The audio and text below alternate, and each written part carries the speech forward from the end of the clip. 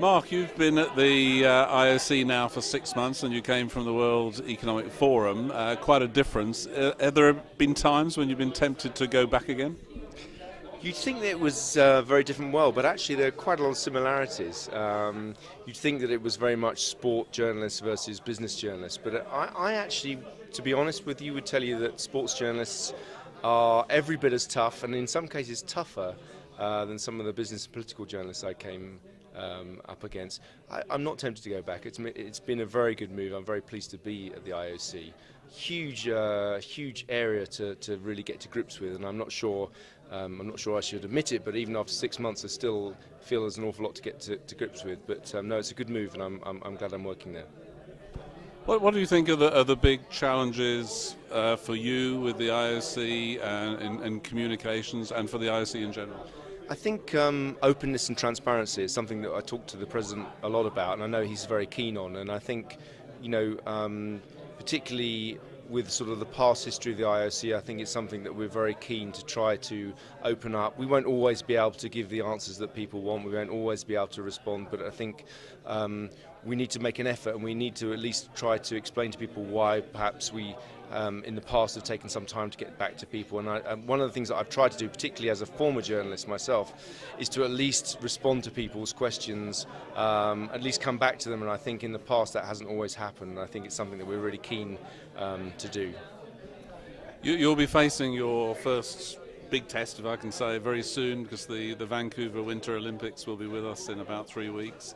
There was a lot of criticism in Beijing about the way press conferences were conducted, and a lot of journalists felt frustrated that their questions didn't seem to be answered. Is this something you're very conscious of changing in Vancouver?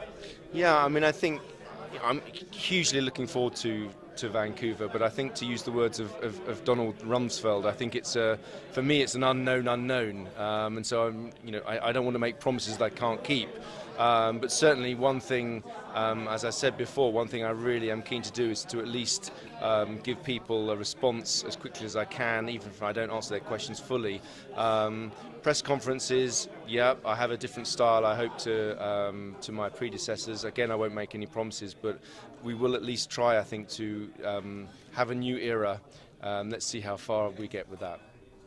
The IOC is going into new eras. In any case, a very imaginative choice of Rio de Janeiro for the Olympic Games after the next summer one.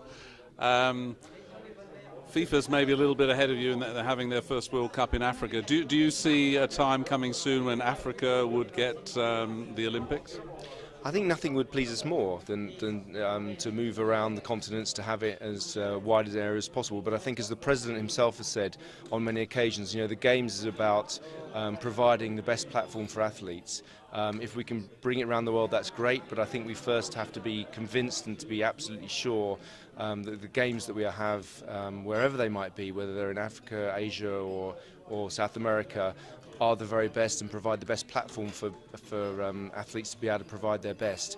When we're convinced of that, and I think that could happen, then we will, hopefully the Games will go to Africa. You've just come off a very spectacular Summer Games in Beijing, and the next one is in London. Do you think London can match what Beijing did? I don't think London will try to match what Beijing did. I think what London has always said it will do, and I think it will offer a very different Games. The Beijing Games were fantastically successful, a huge spectacle, but I think that London will provide something different. And I think if you speak to the people from LOCOG, what they're talking about, and I think what they can provide, and I can say this being a Londoner myself, is perhaps a human aspect, and something very different and much more of a community aspect. It's certainly something that I'm very much looking forward to. The decision to award the 2016 to Rio came at the expense of Chicago, and as we know, President Obama came to Copenhagen and asked personally and got rather rebuffed. And there are a lot of difficulties with the US Olympic Committee.